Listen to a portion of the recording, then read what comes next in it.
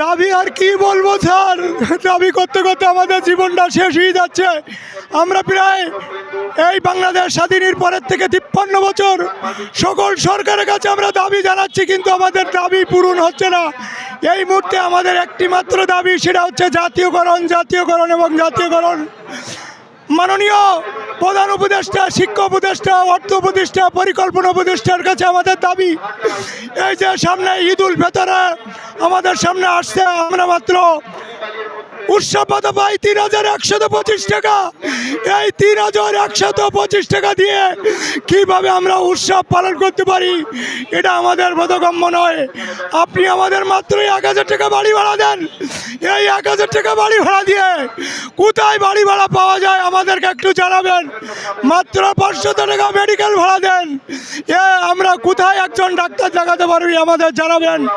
বিগত সরকারগুলো আমাদেরকে শুধুমাত্র ব্যবহার করেছেন, আমাদেরকে প্রতিশ্রুতি দিয়েছেন, আমাদেরকে তাদের স্বার্থ উদ্ধার করার কাজে ব্যবহার করেছেন, কিন্তু আমাদের কোনো দাবি তারা আদায় করে দেন নাই।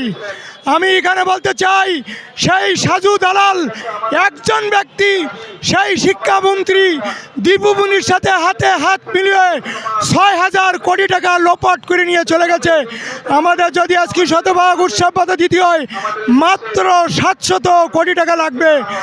আর যদি আমাদের জাতীয়করণের জন্য এই সরকার আমাদের শিক্ষকদের এই স্কুলের ইনকাম যদি জমা নেন, তাহলে জাতীয়করণ করতে সরকারের ১টি টাকা দেওয়া লাগবে না।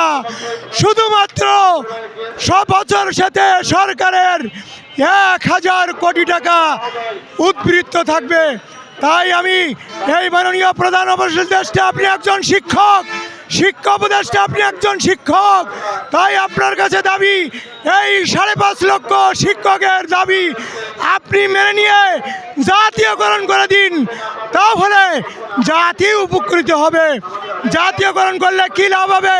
প্রথমে লাভ হবে শিক্ষার্থীরা মাত্র ১৫ থেকে ২০ টাকায় লেখাপড়া করতে পারবে, অভিভাবকরা অল্প টাকায় তাদের ছেলেমেয়েদের পাঠদানের ব্যবস্থা করতে পারবে, আর শিক্ষার্থীরা একজন ভালো মানের শিক্ষক পাবে।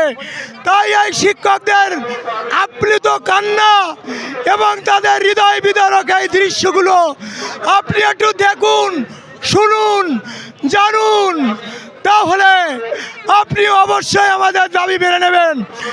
এই কয়েক ঘন্টা আগেই শিক্ষা অতিরিক্ত সচিব হুমায়ুন কবির স্যারের সাথে আমরা দেখা করেছি। তিনি অবশ্যই আমাদের মাঝে হৃদয়বান, যা কল্পনা করা যায় না। তিনি বলেছেন, আপনাদের সকল দাবি দাবা আমরা মেনে নেব। এখনই আমাদের শিক্ষা উপদেষ্টা আসবেন, তিনি আসার সাথে সাথেই আমি আপনাদের দাবিগুলো তার সামনে উপস্থাপন করব।